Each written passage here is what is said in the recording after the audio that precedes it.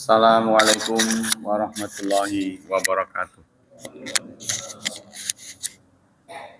Innal hamdalillah nahmaduhu wa nasta'inuhu wa nastaghfiruh wa na'udzu billahi min syururi anfusina wa min sayyiati a'malina. May yahdihillahu fala mudhillalah wa may yudlil fala hadiyalah.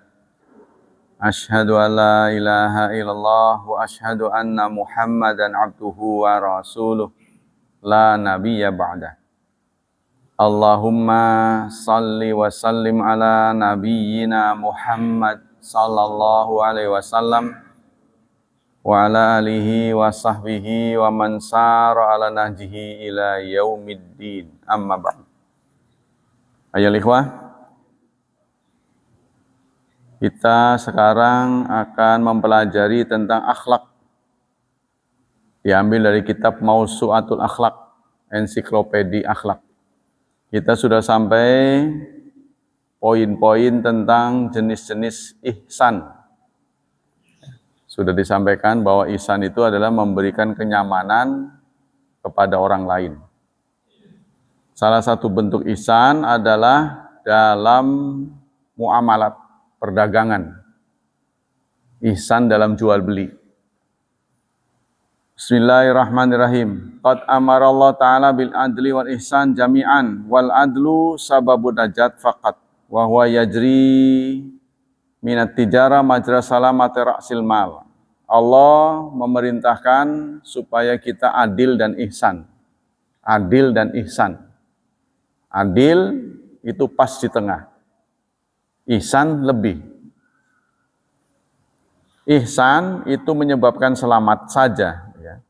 Yaitu seperti orang dagang modalnya pulang, modalnya kembali. Ya. Kalau dia modalnya 10 juta, barang habis, dapat 10 juta. Itu namanya adil. Nah, sementara ihsan itu sababul fauzi wa naili sa'adah, akan menyebabkan kebahagiaan, ya,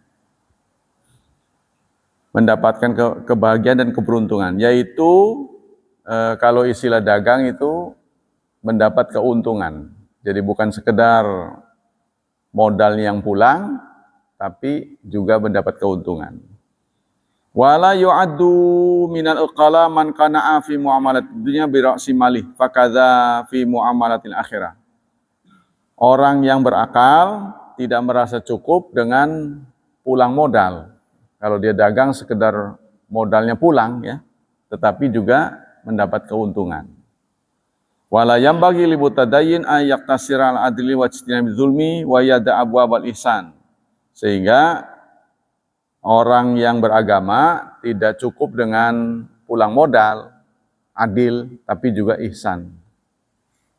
Nah inilah, jadi kita dagang itu tidak hanya sebatas memikirkan modalnya pulang, tapi usahakanlah supaya perdagangan itu mendapat keberuntungan, baik akhirat, dunia maupun akhirat. Allah menyatakan dalam surat 28 ayat 77, wa ahsin kama ahsanallahu ilaik. Ihsanlah kamu sebagaimana Allah telah ihsan kepadamu. Banyak lagi ayat-ayatnya. Antara lain surat 7 ayat 56, inna rahmatallah qaribum minal muhsinin. Sesungguhnya rahmat Allah dekat terhadap orang yang muhsin, orang yang berbuat ihsan. Wa yanalul mu'amil rutbatal ihsan biwahidin min sittati umur. Bagaimana caranya dalam berjual beli agar kita memperoleh derajat muhsin? Pertama, mughabanah. Ini mughabanah. Mughabanah ini apa ya istilahnya? Mughabanah itu kalau mana asalnya ngetuk, nipu tapi untuk kebaikan. Nipu tapi untuk kebaikan. Apa itu istilahnya? Banyak orang keberatan sih kalau digunakan bahasa nipu. Seperti makar, ya. Wa makaru wa makarallah. Mereka berbuat makar, Allah juga berbuat makar. Jadi kalau untuk Allah perbuatan-perbuatan yang menurut kita nggak bagus, kayaknya nggak enak. Gitu. Kalau dinisbatkan pada Allah kan, seperti Allah menyiksa dan sebagainya. Nah, kita lanjutkan. Fayam bagi ala yaghban sahibahu mimma la yataghab fil adat. Seyogyanya kita itu usahakan jujur, ya. Jangan menipu. Fa amma asul mughabana fa ma'dzunun fihi li anal bai'ar li ribhi. Asal dari mughabana itu dibolehkan, katanya, diizinkan. Enggak ada istilah yang cocok buat mughabana ini. Artinya penyamaran apa gimana? Nanti kita lihat kasusnya. Karena dengan lihat kita kasus, kita mendapat gambaran yang utuh.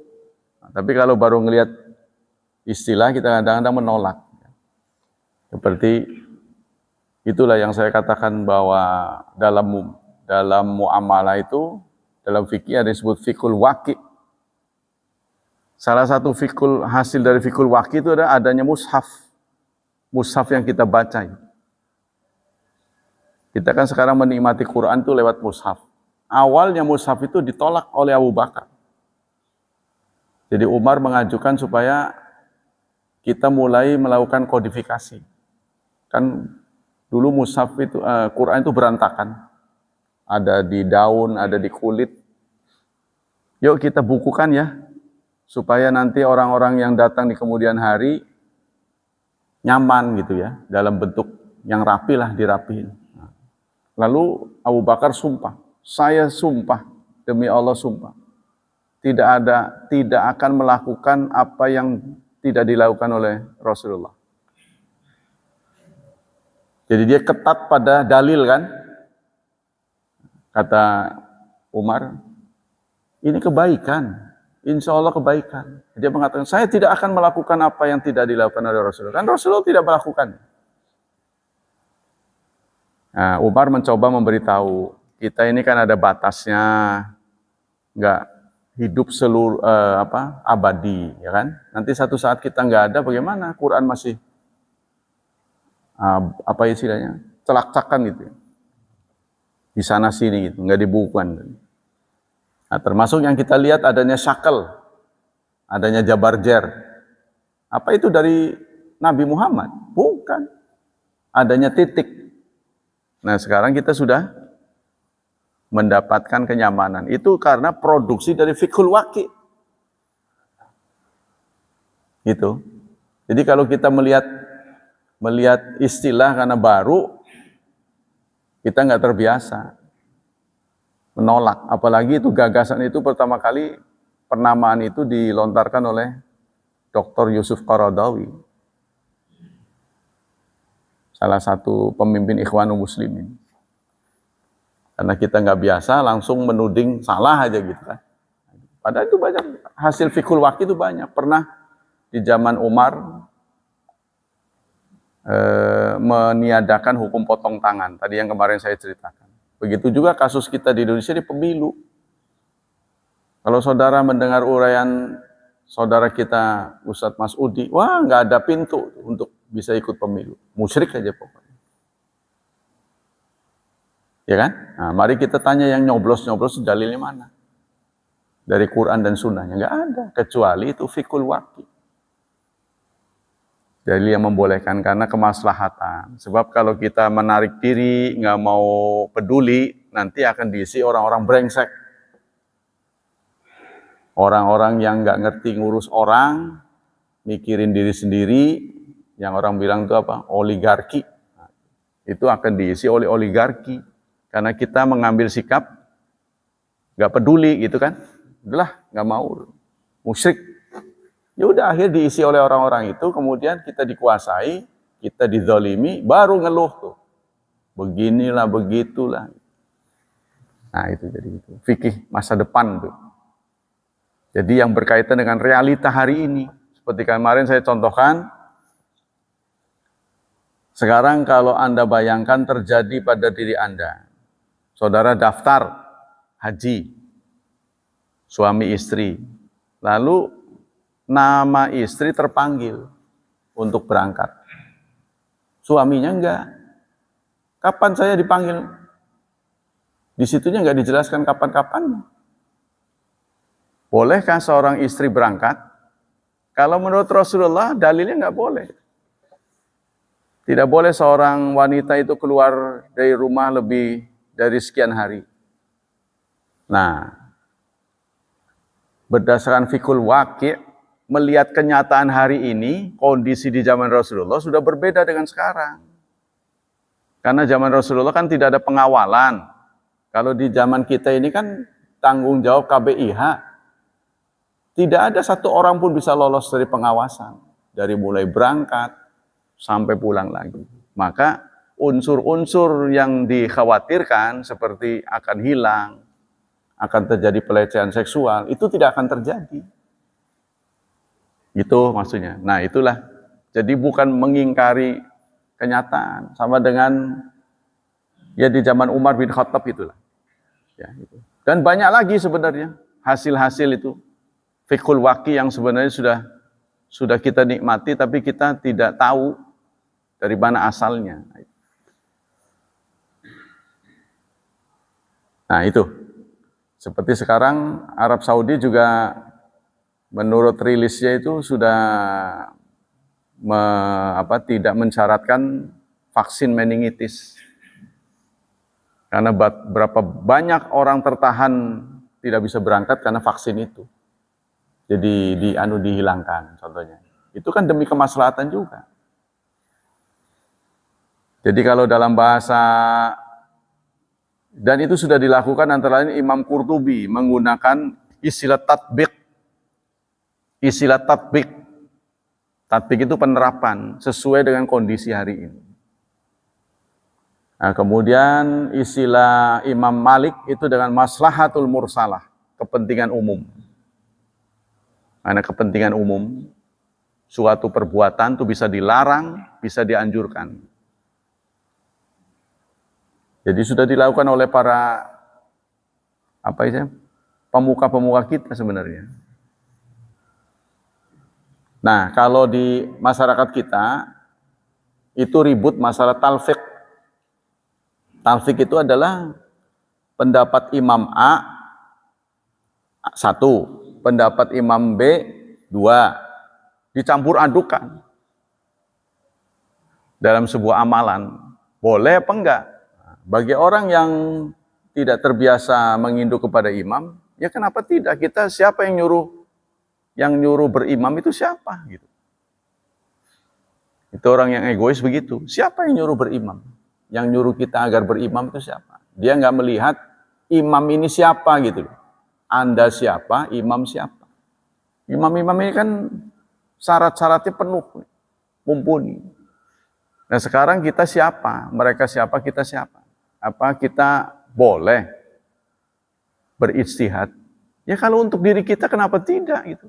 Kan kita tahu betul yang maslahat seperti apa. Seperti kita hari ini, seperti diakui oleh Syekh Utsaimin. Beliau ngomong begini, saya ini hidup di negara yang nggak banyak problem. Masalah-masalah dakwah kan di sana memang negara Islam. Mungkin di antara teman-teman kita hidup di satu negara yang banyak kasus. Saya nggak tahu lagi bagaimana cara persisnya cara mengatasinya. Ya beliau tidak tahu persis karena tidak hidup di negara itu. Begitu kan. Nah kita sekarang contohnya begitu juga dinar dan dirham. Kan itu mata uang di zaman Rasulullah. Apa Arab Saudi pakai dinar? Pakai uang emas? Kan enggak, dia pakai uang kertas. Namanya rial. Siapa yang suruh kasih nama rial tuh? Di zaman Rasulullah tidak ada. Gitu kan? Nah, begitu juga ke foto-foto. Kita melarang foto, tapi di dalam uang ada fotonya, diem aja. Harusnya kan dibolongin tuh. Nah itu kan semua itu kemaslahatan. Karena maslahat, kalau nggak mungkin kita bawa logam. Kalau dalam jumlah 10 juta aja, logam. Loh ya berat lah, mau bayar mobil contohnya, karung-karungan. Maka praktis begitu. Nah begitu juga keberadaan bank.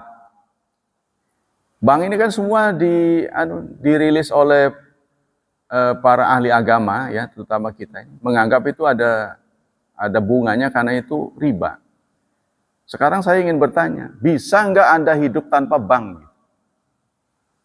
Itu aja. Sekarang ini nggak memanfaatkan bank bisa nggak? Kalau orang kampung bisa lah. Ya, kita kadang-kadang mau pesen tiket kapal aja pakai aplikasi. Nggak seperti dulu tunai kan?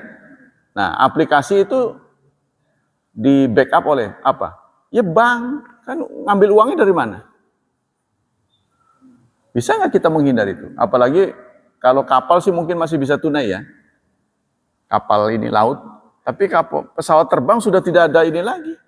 Tidak ada loket lagi, nggak bisa uang tunai. Nah, gimana tuh? Nah, itu fikul waki jawabannya.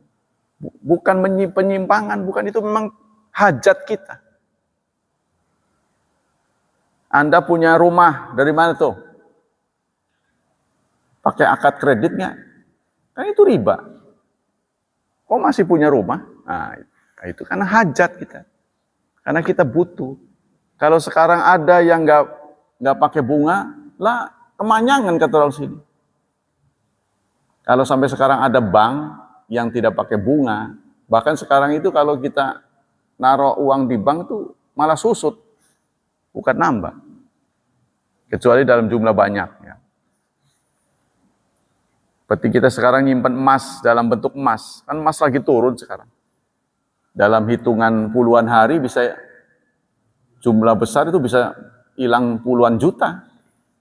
Contohnya gitu. Nah ini kan kemaslahatan itulah yang paling tahu tuh kita. Seperti contoh yang lain ini, masjid ditutup waktu pandemi. Itu kalau bukan pakai fikul waki, mana bisa kita dibuka sih. Sampai otot-ototan. Ayo, siapa yang ketakutan. Itu kan? Nah, itulah kebijakan-kebijakan melihat realitas hari ini. Nah, kita kembali ke sini. Jadi salah satu jual beli itu, akhlak berjual itu ihtimal ghoben. Ghoben itu kita tahu pasaran harga suatu benda. Saat kita mau beli, ditawarkan dengan harga yang rendah. Di bawah pasaran gitu. Nah, selidik punya selidik, yang jualan ini orang kampung, nggak ngerti. Kita orang kota. Nah, menurut akhlak, tetap kita gunakan harga standar. Dengan bahasa lain, udah saya sedekah. Itu kan sebenarnya ada trik. Ini harus ada goben ini, trik. Ya ini udah akhlak yang langka ya. Kalau kita dikasih murah, wah bisa diborong malah. Ya kan? Nah, kalau kita menghadapi orang kampung yang nggak tahu apa-apa, dia menjual di bawah standar, maka kita harus berbuat ihsan.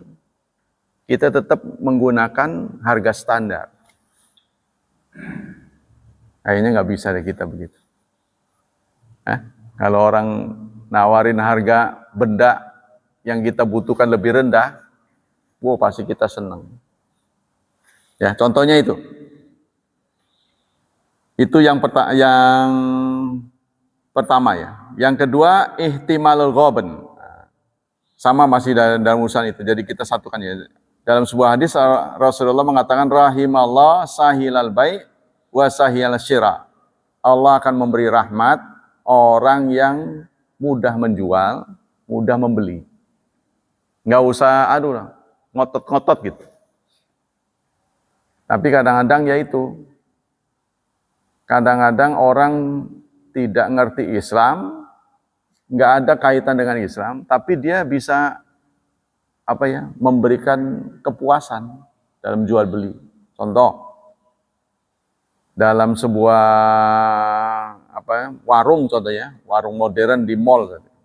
Ketika kita pesen A, B, C, D, dia sudah ngomong dulu. Jadi Bapak pesen ini satu, saya bacakan lagi.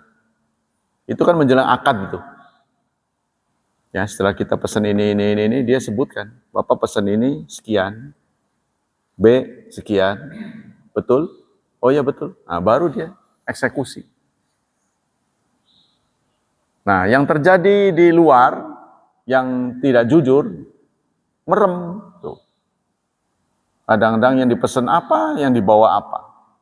Ya kan? Nah, kemudian baru diketok dengan harga yang tinggi. Nah, ini salah satu bentuk yang tidak boleh. Yang ketiga, ini 1 dan 2 itu tadi ihtimalul qoben ya. Tadi itu jual beli secara qoben. Jadi kita tutup mata kalau melihat orang yang memang tidak menguasai barang, dia tidak menguasai barang, dia berjual, dia ingin menjual barang itu karena butuh uang. Nah, itu jangan kita manfaatkan situasi seperti itu. Kalau berbuat ihsan, ini kalau ihsan ya, kita tahu dia orang yang nggak ngerti, aduh, kok dijualnya segini. Nah, itu sebaiknya kita.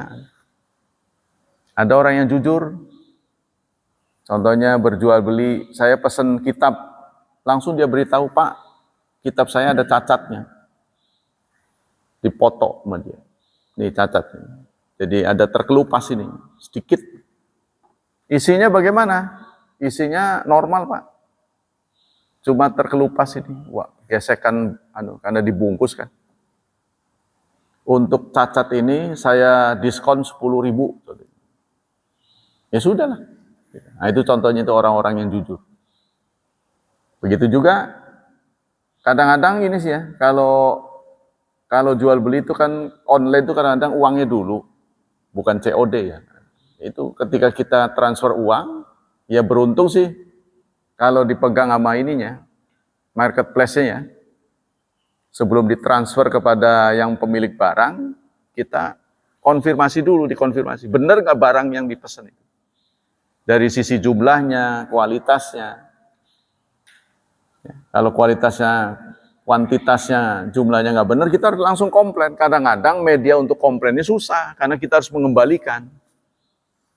Ya, contohnya kita pesen pakaian, ukurannya M dikasih L, kan serba salah ini, ya. Karena salah kita kembaliin, tapi ongkos kembalinya kadang-kadang nggak ditanggung sama dia, ongkos kembaliinnya, kan kita udah kurang tuh, rugi. Yang kedua, kalau kita terima begitu saja, kita harus datang ke penjahit, dikecilin, bayar lagi kan. Nah, yang jujur adalah dia bisa dengan 2 cara, dikembalikan, nanti ongkosnya saya balikin, atau kembali uang, itu yang bagus. Alhasil masih langka lah. Yang ketiga, istifau tsaman wa sayruduyun wal ihsani fihi maratan bil musamaha. Kita memenuhi ya atau melunasi harga, membayarnya caranya yang baik, atau melunasi hutang dengan cara yang baik. Dengan musamahah. Musamahah itu toleran. Contohnya, belum waktunya sudah bayar. Jatuh temponya 10 Januari. Tanggal 1 dia udah datang. Saya bayar. Kalau jatuh temponya 10 Januari, kita datang 10 Januari, itu namanya adil. Kita kan ihsan.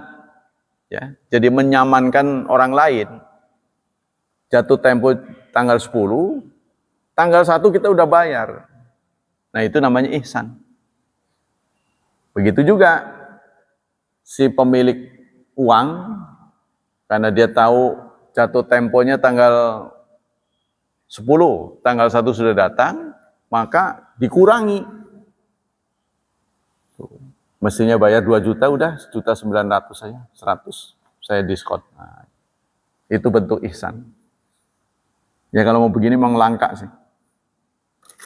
Wa kullu dzalika mandubun wa ilaihi wa mahsusun alaihi. Sikap-sikap seperti ini itu sangat dipuji dalam ajaran Islam. Rasulullah bersabda, "Man aqrada dinaran," barang siapa yang menghutangi dinar ila ajalin, sampai dengan tempo tertentu, falahu bikulli yaumin sadaqatun ila ajali. Maka setiap hari yang ngutangin itu dapat pahala sedekah. Paham ya? Kalau orang ngutangin 2 juta, utang ini, utangnya benar-benar utang, nggak ada tambahan apa-apa. Maka diutangin berapa? Temponya 2 bulan. Maka hari-hari sampai menuju 2 bulan, itu dinilai oleh Allah sedekah, saben harinya sama dengan yang dia utang. Contohnya sebulan, berarti 30 hari dianggap 30 kali yang dia utangin, sedekahnya. Kalau kita ngutangin 10 juta, berarti saben hari dianggap sedekah 10 juta. Begitu udah nyampe tanggalnya nggak bayar, waduh lah itu yang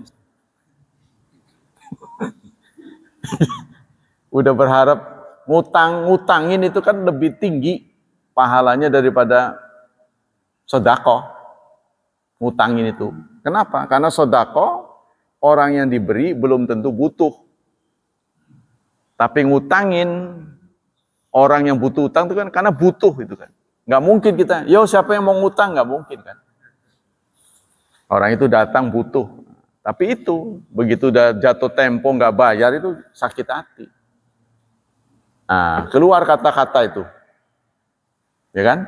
Kata-kata tagihan tuh, yang biasanya menjatuhkan martabat orang yang utang. Nah itulah pahala kita terjun bebas. Nah ini yang susah ya. Nah, jadi orang muhsin susah. Makanya Allah, wallahu yuhibbul muhsinin.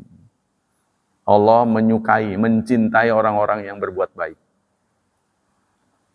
Kemudian, bagaimana perilaku Rasulullah? Fa idza hala ajal fa anzirhu ba'da. Jadi barang siapa yang ngutangin dinar sampai dengan tempo tertentu, maka dia akan mendapat setiap hari sedekah sama dengan jumlah utangnya. Setiap hari. Padahal ngutangnya kan 30 hari. Ya. Setiap hari itu dianggap kalau ngutangin 1 juta, sehari sedekah 1 juta. Sehari 1 juta. Begitu sampai akhir. Fa idza halal ajal fa anzarhu ba'dahu falahu bi kulli yaumi mithlu dzalika din sadaqah. Apalagi kalau sudah tempo, sudah waktunya bayar, dia nggak bisa bayar. Ya, kita undur lagi. Udah nggak apa-apa. Karena apa? Kita beranggapan, wah sedekah lagi. Ya, tapi kalau mangkel, lah ini. Wah, kalau ini bikin kapok nih. Inilah untuk menjadi orang baik susah ya. Wa nazara Nabi sallallahu alaihi wasallam ila rajulun yulazimu rajulan. Nah, dalam sebuah kasus Rasulullah memergoki seorang sahabat suka ngutang. Seorang ngutang itu masalah yang boleh, tapi bayarnya wajib. Ingat tuh. Ada orang hobinya ngutang tapi nggak hobi bayar, ini ngutang itu boleh, bayarnya wajib. Nah, satu saat Rasulullah memergoki seorang sahabat yulazim, sering ngutang kepada sahabat lainnya. Tapi ya dia bayar, siap lunas ya. Mungkin orang ini baik ya.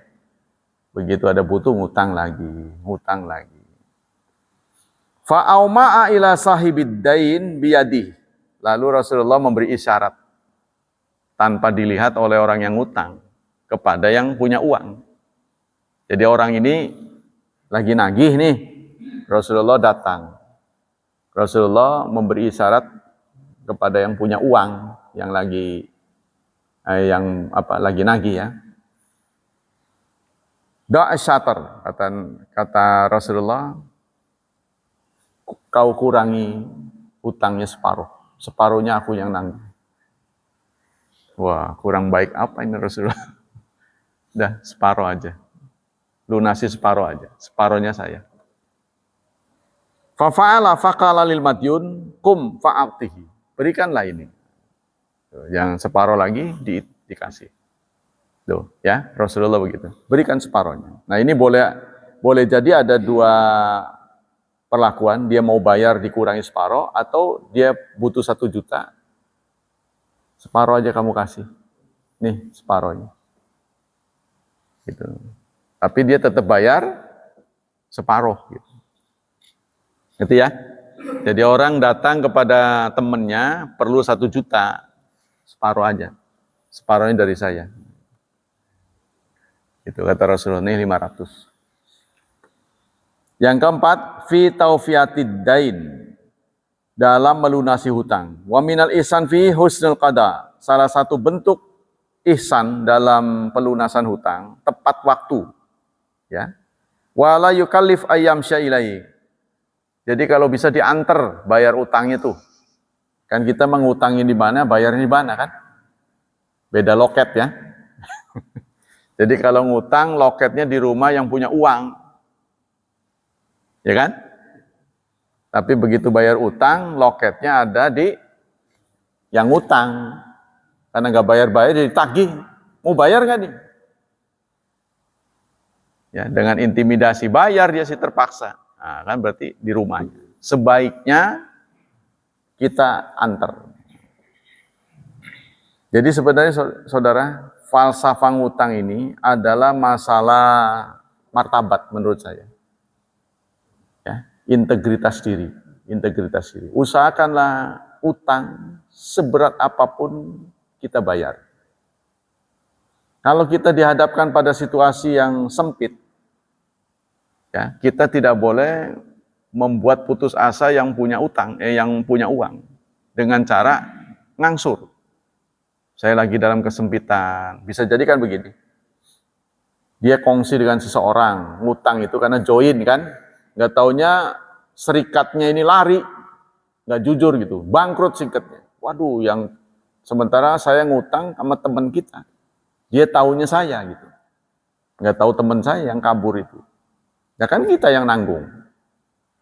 Nah, untung udah nggak ada untung, barangnya habis, orangnya kabur. Meninggalkan utang, kita yang wajib bayar, ya kita tetap harus bayar, konsekuen. Nah, kalau kita dihadapkan pada kesulitan, kita nego ulang. Kita sampaikan anunya. Ya, kalau dia kemudian nanti maki-maki, kita tidak boleh jawab. Nah, ini nanti akan sampaikan.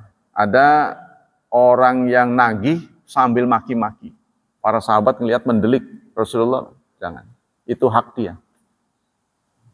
Nggak boleh dilawan. Karena dia menuntut hak. Salahnya ngutang. Jadi setiap orang utang yang nggak bayar pada jatuh tempo, sebetulnya martabatnya akan turun. Ya, kita akan dipermalukan. Nah, kita hidup ini bukan sebentar. Boleh jadi nanti utang yang sudah kita tutup bisa terulang, kita perlu lagi gitu kan. Nah, kalau sampai terjadi kita perlu lagi, orang itu akan kapok. Tapi kalau kita utang bayar, biasanya kalau dari sisi perbankan aja, ditawar lebih banyak lagi. Ya kan? Kita ngutang 5 juta beres, tawarin lagi, bagaimana 7 juta, dilebarin lagi. Pak, ini ada peluang utang, nggak butuh uang saya. Sampai nawarin dia yang artinya kayak orang meratap gitu. Kepengen diutangin, kepengen orang itu ngutang. Nah ini karena kita, kenapa? Nggak semua orang bisa begitu. Karena dia jujur. Ya, artinya bayarnya beres. Sehingga kalau di statement kartu kredit, ada tulisannya. Sekian ya, yang dibolehkan 100 juta. Jadi yang tersisa 95, berarti ngutang 5 juta kan. Nah, ada di situ posisi dari krediturnya. Dia bilang, baik. Di atas itu, hijau. Wah, itu berarti penilaian baik dari dia. Karena persoalan di Indonesia ini jual beli serba salah, saya juga nggak ngerti itu. Ada barang, contohnya kita perlu laptop lah. Antara kita beli tunai dengan kita beli secara kredit, lebih murah kredit. Nah, ada yang lewat kartu kredit, nggak pakai bunga.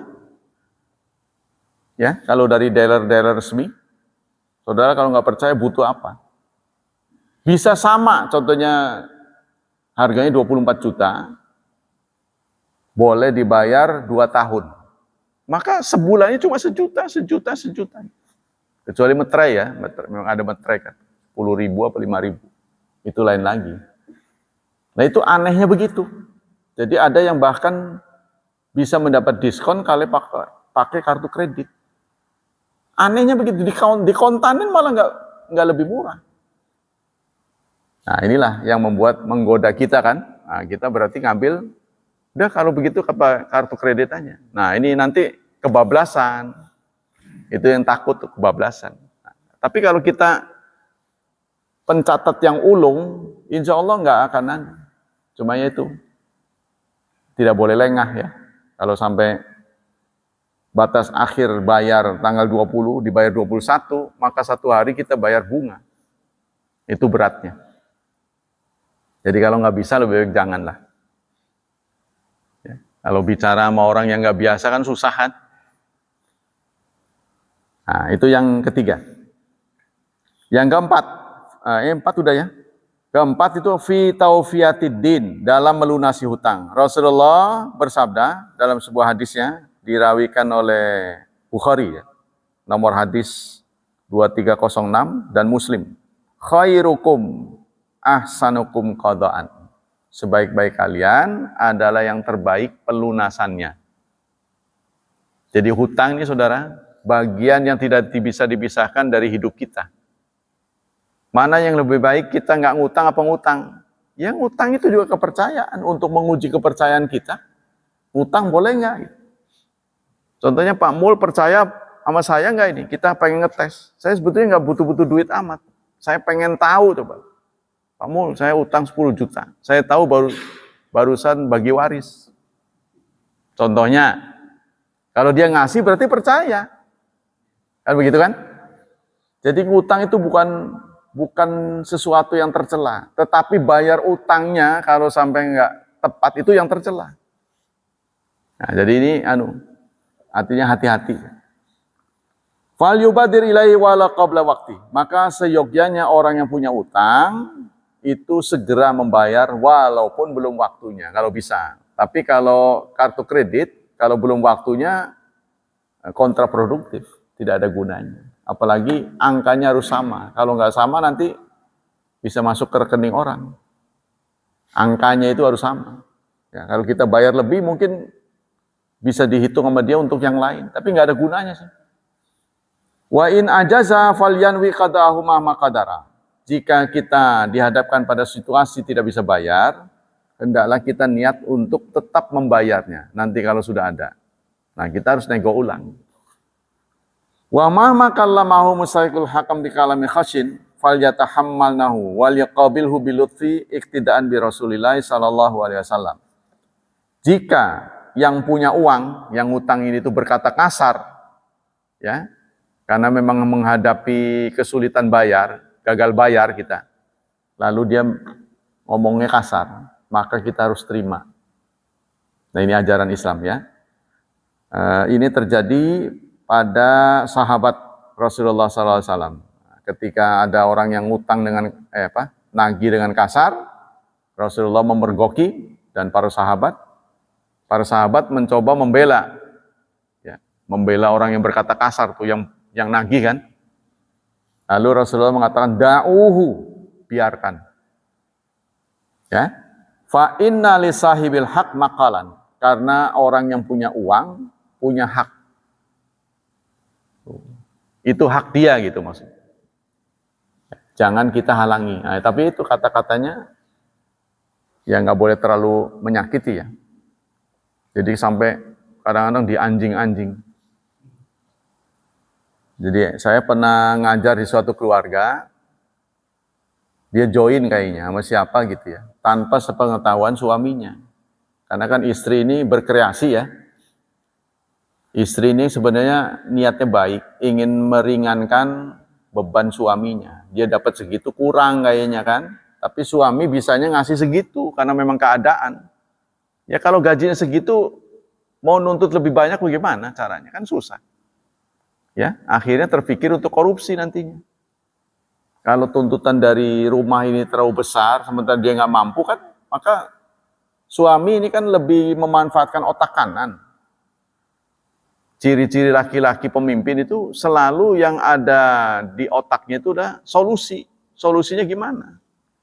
Makanya dalam psikologi rumah tangga, seorang suami yang dari luar masuk ke dalam rumah, 10 menit pertama jangan ditanya. Itu memang akhlaknya. 10 menit pertama jangan ditanya. Kenapa? Karena laki-laki punya cadangan suku kata dalam sehari itu 7.000. 6 sampai 10.000, tapi rata-rata 7.000. Dan dia sudah bergaul dengan orang di luar, sudah banyak kata-kata keluar di sana. Jadi cadangannya sudah menipis. Nah, begitu dia masuk rumah, dia lebih cenderung diam. Mikirin nih besok saya usaha apa lagi supaya dapur ngebul gitu. Kadang-kadang yang ditatap TV, tapi nggak nonton TV. Kosong pikirannya. Yang ada di sini tuh mikirin. Dia menutupi dirinya supaya nggak dianggap gila aja gitu. Ngelamun aja gitu. Mikirin, besok apa lagi ya. Nah, saat laki-laki sedang berpikir, ini secara secara psikologi. Allah kurangi pendengarannya. Daya dengarnya dikurangi oleh Allah. Sehingga istrinya manggil, "Mas." Nggak nyautin dia. "Mas." Sampai akhirnya datang. "Mas." Kaget. Gitu kan gitu. Makanya laki-laki berkesimpulan, heran kamu kalau ngomong sama suami kok kasar. Padahal udah dari tadi kesekian kali. Itu alamiah itu. Jadi itu memang dari Allah begitu. Ditakdirkannya. Jadi laki-laki itu cenderung fokus. Ketika dia fokus, daya dengarnya dikurangi. Sehingga bisa kejadian seseorang menghadap TV, sebenarnya dia nggak tahu cerita di TV-nya. Jadi hanya untuk ini aja. Wih, santai-santai. Istrinya ngelihat begitu, padahal lagi mikir. Kemana-mana. Nah, dari sisi perempuan, stok kosakatanya itu sehari 21.000. Mulai dari 16 sampai 24.000, rata-rata 21.000. Bayangkan tuh, laki-laki 7.000, perempuan 21.000. Perempuan Indonesia pada umumnya cenderung di dalam rumah. Betul kan? Nggak ada lawan bicara. Iya, maksudnya masih utuh. Nah, begitu suami. Nah, ini dia target saya. Nyerocos ya. Suaminya sudah kehabisan. Kok diajak ngomong diem aja sih? Nah itu dia nggak ngerti. Iya sudah habis. Jadi ngomong, iya. Ngomong terus ya. Karena dia itu ungkapan. Iya. Jadi akhirnya punya tafsiran dengan sudut yang berbeda. Nah, suaminya nuduh ini, heran. Istri saya kalau manggil kok matanya melotot, padahal udah sekian kali dia manggil, nggak dengar. Itu kan? Nah, dari pihak istrinya, dari pihak suaminya, melihat istrinya ini cerewet. Padahal dari pihak istri, heran saya, dari pagi nggak ketemu, begitu ketemu kok jarang ngomong. Jawabannya ngirit amat sih. Apa sudah tidak cinta pada saya? Nah, bukan itu. Jadi kalau istri dan suami itu mengerti psikologi, sadar ya, walaupun dia kadang-kadang sadar tapi nggak mengamalkan. Wah, istri saya di rumah sendirian, nggak ada lawan bicara, stoknya banyak. Berarti yang ada satu-satunya di rumah kan dia, berarti saya targetnya. Jadi yang bagus kita tanya, gimana Bu, seharian udah apa yang dikerjain? Nah itu menurut pendengaran istri sangat senang ditegur begitu. Karena dia ini dibuka lebar-lebar pintu. Jadi gimana dari pagi apa yang sudah wah dia bombardir kan. Nah waktu itu kita harus menjadi pendengar yang baik. Walaupun tang-ting tuh kayak kaleng kan.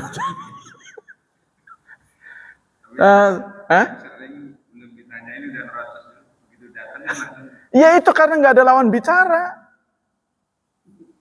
Jadi saudara sadar, terutama ini kita yang yang Islami lah, istrinya mana pakai cadar, kan kalau orang istri perempuan pakai cadar tuh pergaulannya semakin terbatas. Dia nggak bisa bicara dengan orang yang berbuka-buka kan, apalagi semi telanjang, nggak bisa, dia pasti bergaulnya sama yang gitu-gitu juga. Semakin terbatas. Jadi kita harus sadar memberikan tempat. Nah, kebanyakan kita egois, udah dilarang bergaul, jarang diajak ngomong. Nah ya, lama-lama kurus kering lah, mati duluan. Kalau sakit kan kita juga yang ngobatin. Nah, kita harus tahu situ. Nah, inilah psikologi suami istri yang harus dimengerti. Watak suami itu adalah menyimpan memori di luar tuh di otak kanan. Otak kanan itu untuk solusi. Jadi dia kadang-kadang nggak ingat. Tapi istri itu katanya punya di sini itu punya otak tengahnya ini punya penebalan lebih tebal sehingga dia bisa mengerjakan di satu waktu beberapa pekerjaan. Laki-laki susah, dia harus fokus. Nah, dari sisi saat urat saraf tegang, ya, laki-laki itu membutuhkan pelampiasan. Pelampiasan itu adalah birahi. Birahi laki-laki 5 kali perempuan.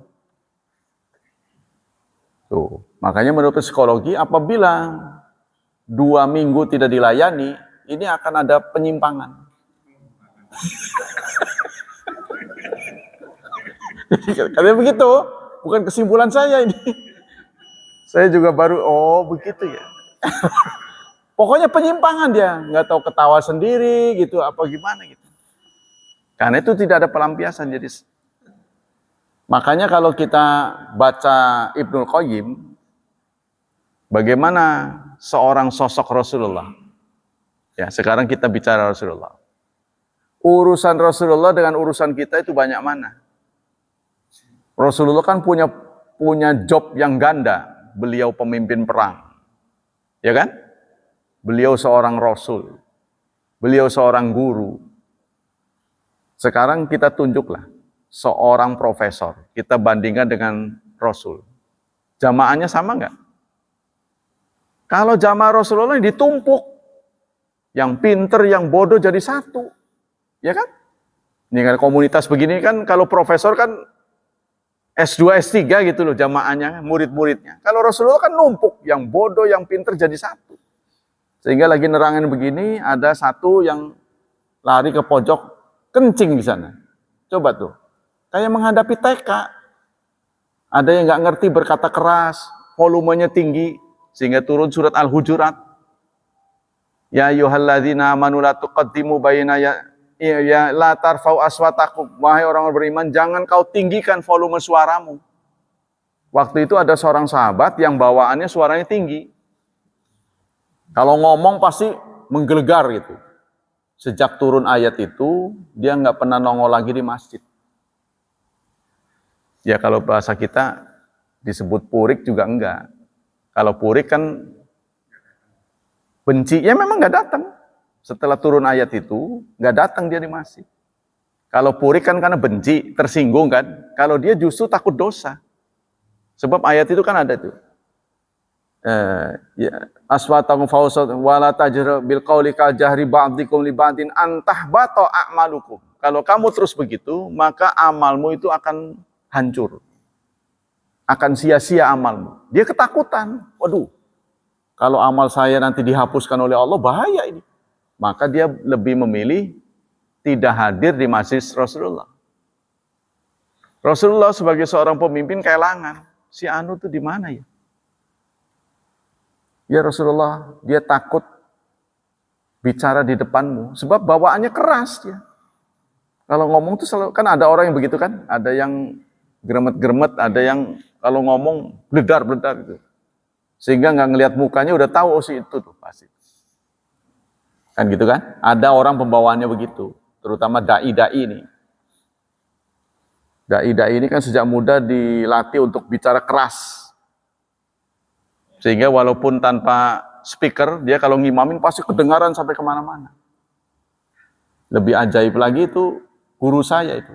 Di pojok manapun saya perhatikan suaranya sama, walaupun tidak pakai speaker. kenceng. Nah itu bawaannya itu. Salah satu teman saya yang bawanya kenceng tuh Ikhwanul Muslimin yang dari Pulau Merak, Rawa Arum. Itu kalau ngomong kenceng bener. Satu saat sahabat ini nggak tampak di masjid, dikunjungi oleh Rasulullah. Ya Rasulullah, saya takut amal saya hancur karena berhadapan dengan engkau. Suara saya menggelegar. Banyak orang memberikan kesimpulan begitu, saya ini bawaannya keras. Maka Rasulullah mengatakan, ayat ini tidak ditujukan untukmu. Apa kamu nggak mau mendapatkan surga lebih cepat, lebih indah? Ya mau ya Rasulullah, udah balik lagi ke masjid. Nah itu. Ya jadi Rasulullah ini menghadapi komunitas yang banyak, nggak seperti kita. Kita kan tertentu kan. Nah kita lanjutkan. Kemudian yang selanjutnya mana itu? Kelima, antukila mayastaklihu. Kita memberikan pembatalan, melakukan pembatalan. Nah, salah satu bentuk ihsan dalam berjual beli, melakukan pembatalan. Maksudnya yang jualan ini, kalau kita tahu benda yang dibeli itu tidak bermanfaat. Contohnya salah. Waduh salah, bukan ini saya. Mungkin disuruhnya apa gitu ya. Dia pegawai ya, disuruhnya A, tapi yang dibeli B. Waduh gimana ini, udah kadung kebeli.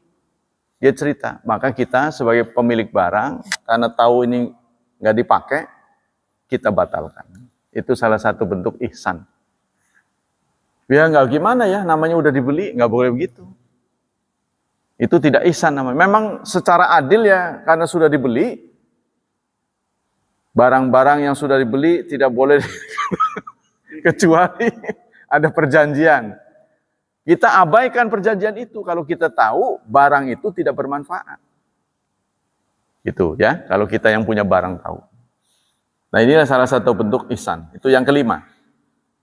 Yang keenam, ayyaksida fi muamalati jama'atan minal fuqara bin nasi'ah. Kalau kita menghadapi yang beli itu orang fakir, kita tawarkan utang. Wah, manis bener. Ya kan? Kita tawarkan keringanan-keringanan. Waduh, kalau ini nggak kebeli nih. Ini berapa? Itu berapa? Begitu dikasih tahu harganya, mikir ya. Lama ini kan, kita sudah bisa merespon. Wah, orang ini pasti mikir cara bayarnya gimana, kepengennya itu gitu. Waduh, bagus sih bagus ya, cobaan ya. Nah, kita memberikan inisiatif. Gimana kalau ngutang? Tapi itu juga dilakukan oleh banyak penjual-penjual yang profesional di mall-mall itu. Ya, begitu orang lihat lama, Pak, ngutang aja, nggak pakai ini, nggak pakai bunga, tapi pakai kartu kredit memang. Karena jaminan orang itu lari apa enggak kan susah kita. Menjeratnya gimana? Jadi supaya nggak nagih-nagih kan langsung potong kan. Nah itu antara lain yang dilakukan di luar kita. Selanjutnya, al-ihsanu ilal musi, berbuat baik kepada orang yang berbuat jelek. Nah, berbuat baik kepada orang yang berbuat jelek. Ini ditandaskan oleh Allah dalam surat 41 ayat 34-35. A'udzubillahi minasyaitonirrajim. Wala tastawil hasanah wala sayyi'ah. Yang baik dan yang buruk tidak sama. Idfa billati hiya ahsan. Responlah dengan yang lebih baik. Ya, kalau dia baik, kita lebih baik. Kalau dia buruk, dengan yang baik. Kalau orang itu berbuat buruk pada kita, kita hadapi dengan kebaikan. Kalau orang itu baik pada kita, kita lebih baik lagi. Itu namanya ihsan. Allah menyatakan itu, فَإِذَا الَّذِي بَيْنَكَ وَبَيْنَهُ عَدَاوَةٌ كَأَنَّهُ وَلِيٌّ حَمِيمٌ. Sampai-sampai hubunganmu dengan hubungan lawan bicaramu yang tadinya bermusuhan menjadi sahabat yang akrab. Allah tandaskan wala yulaqqaha illal ladzina sabaru. Tidak akan mampu melakukan pekerjaan seperti ini kecuali orang yang sabar. Wala yulaqqaha illa dzu hazzin azim. Dan tidak akan bisa melakukan hal ini kecuali orang yang berpahala besar. Dalam hadis Rasulullah, laisal wasil man yukafi. Yang disebut orang bersilaturahmi bukan orang yang membalas. Ya. Kita kan sering mengartikan silaturahmi itu apa? Mengunjungi. Nah, dia berkunjung pada kita, ya, datang kepada kita, lalu kita membalas kunjungan dia. Nah, membalas kunjungan ini bukan yang dimaksud dengan silaturahmi. Yang disebut silaturahmi adalah, silaturahmi itu kan nyambung. Arti sila itu nyambung. Jadi yang disebut silaturahmi itu adalah menyambung yang putus. Dia purik sama kita, ya, dia membenci kita, kita datangi supaya kebenciannya hilang. Ini namanya silaturahmi. Makanya itu menyebabkan panjang umur. Mengubah kebencian menjadi kecintaan. Berubah. Nah, ini nggak gampang. Tuman katanya. Biasanya kita begitu. Biarnya tuman. Dibalas ya. Kejahatan dengan kejahatan ini. Ini salah. Dan itu berat sekali. Maka Allah memberikan dua gelar. Tidak bisa melakukan ini kecuali orang sabar. Tidak bisa melakukan ini kecuali orang yang berpahala besar. Jadi pahala besar dan dilantik sebagai orang sabar. Jadi orang benci sama kita tetap kita datang. Baik, Pak. Wah, hah? Malaikat itu. Tapi itulah, ya. Sampai ada ungkap begini, jaza'u sayyi'atin sayyi'atum mithluha. Di dalam surat berapa itu? Hal jazaul ihsan ilal bi ihsan. Ada masih di situ Pak, rombongan ayat itu. Balasan keburukan adalah keburukan yang sama. Jadi kalau dia ngata-ngatain kita kata-katain, dia ngatain jelek pada kita, kita balas dengan ngatain yang jelek. Maka apa bedanya Anda dengan dia? Begitu maksudnya ayat ini. Jadi kalau Anda ingin berbeda dengan dia, keburukan jangan dibalas dengan keburukan. Ya tapi susah orangnya begitu. Makanya Allah beri dua gelar tuh, dua sertifikat. Satu sertifikat orang sabar, kedua sertifikat orang yang berpahala besar. Tuh diberikan ibarat kuliah mah, tuh dua sertifikat karena jasa-jasanya. Nah, itulah hadirin hafizani wa hafizakumullah kajian tentang akhlak. Kata Ibnul Qayyim, hadhid darajatu a'la. Ini adalah derajat yang paling tinggi. Nah, itu tadi. Membalas keburukan orang dengan kebaikan. Tapi jangan dalam masalah agama. Dasar Islam itu nggak benar. Iya memang nggak benar. Jangan begitu. Ini masalah pribadi. Kalau dia menyerang pribadi kita hadapi dengan kebaikan. Wallahu a'lam bishawab. Tadi Rasulullah menyatakan sebaik-baik penjual adalah penjual yang mudah. Sebaik-baik pembeli adalah yang mudah. Maka seringan mungkin. Contohnya biasanya mungkin kalau barang-barang itu mudah didapat dan sirkulasinya cepat, sebaiknya jangan terlalu mahal. Tapi sebaliknya, orang yang butuh barang jangan ngutang kalau sudah dikasih murah. Udah dikasih murah, ngutang pula. Ini susah. Maka kita harus hormati kalau yang barang-barang yang sering dipakai itu jangan mahal. Ya pedagang kita lah, ada pedagang sayur warga kita. Tapi dia mahal, ditinggalkan dia malah ke orang kafir jadi. Kan ini kan sangat prihatin. Karena itu mahal. Nah, dia memanfaatkan daripada ke sono, jalanannya rusak.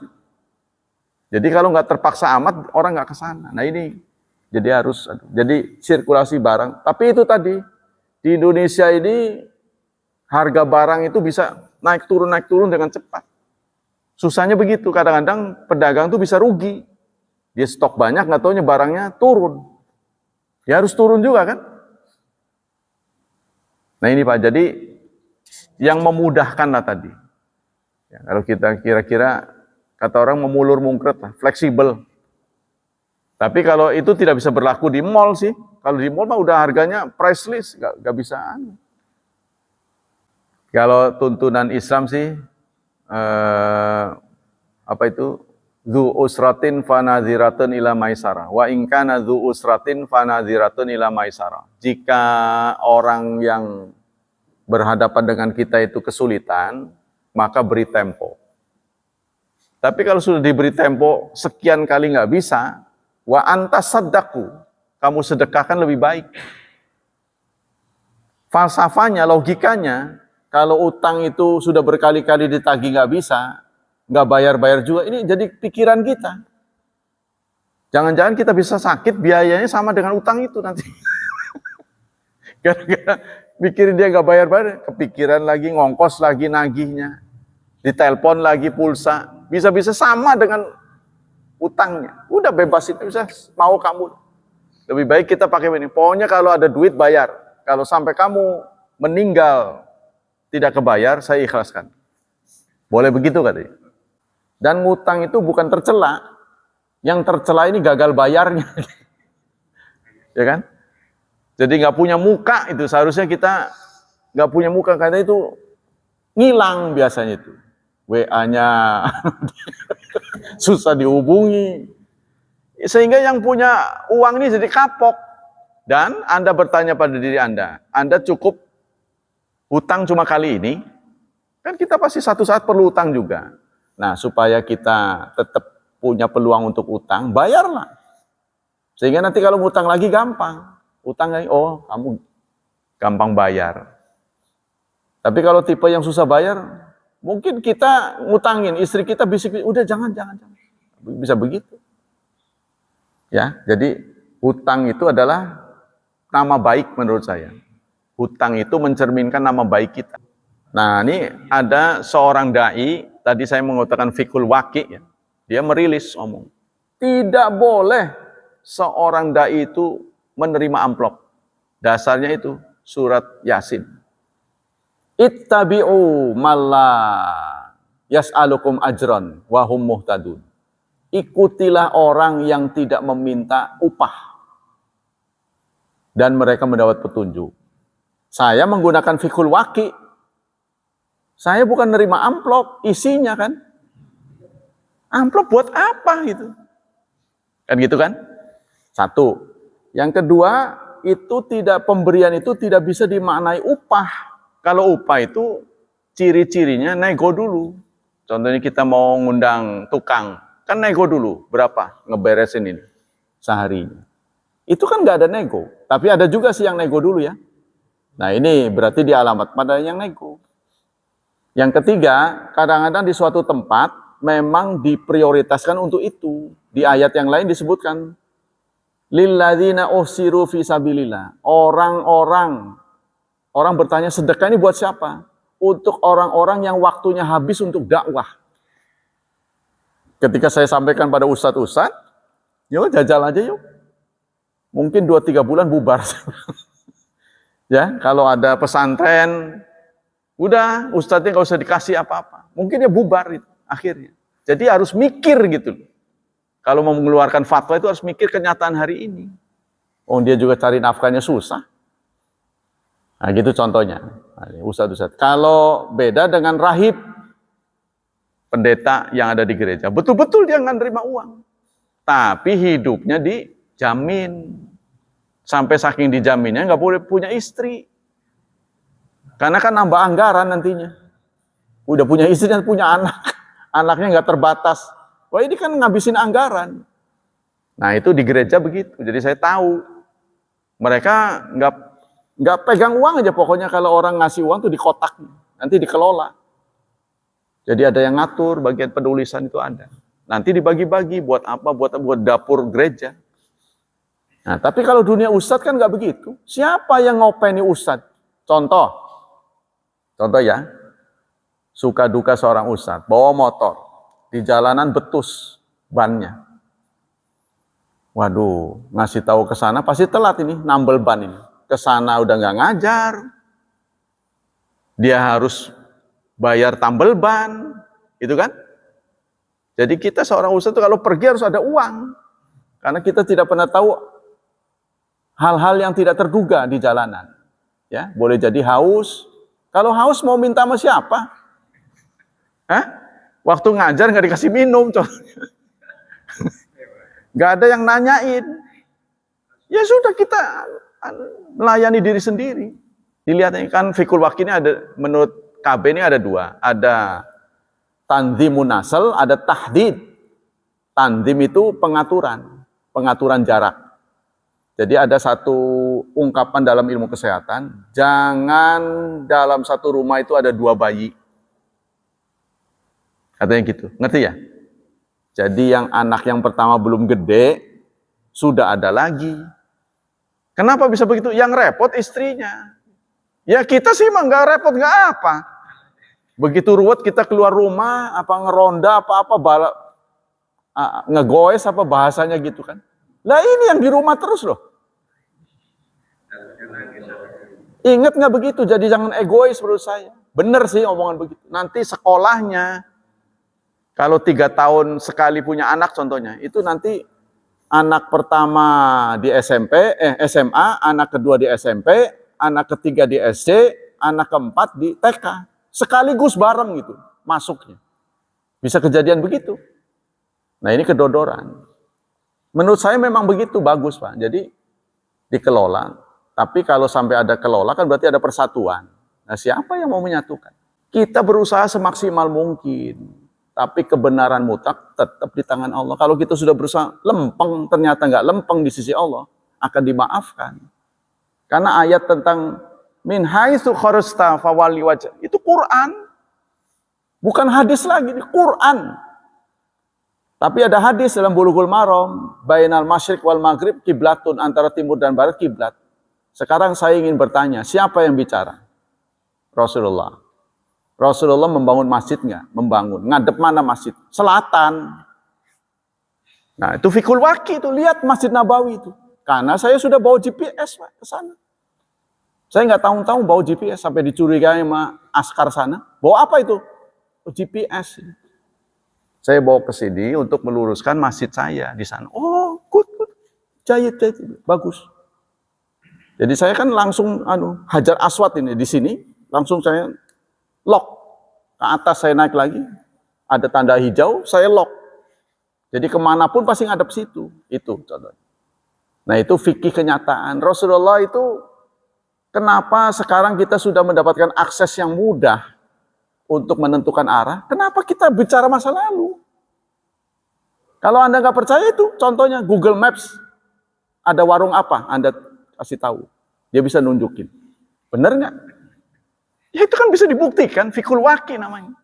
Kok malah ngomongnya saya nggak percaya Kompas. Karena Kompas yang bikin orang kafir. Ya lemes lah saya. Nah itu, maksud saya begitu Pak. Ya, contoh fikul waki lagi. Perempuan yang mengeluarkan mani, itu tadi saya pernah ngomong. Dia wajib mandi. Gara-gara saya ngomong begitu, saya diluruskan oleh seorang dokter.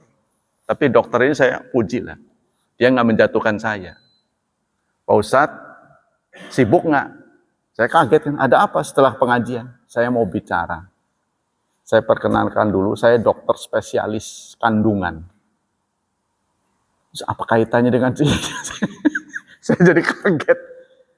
Pak Ustadz, menurut ilmu yang saya miliki, seumur-umur perempuan itu tidak memproduksi mani. Begitu ya. Perasaan saya memang hasil baca, bukan ngarang sendiri. Baik, saya akan catat.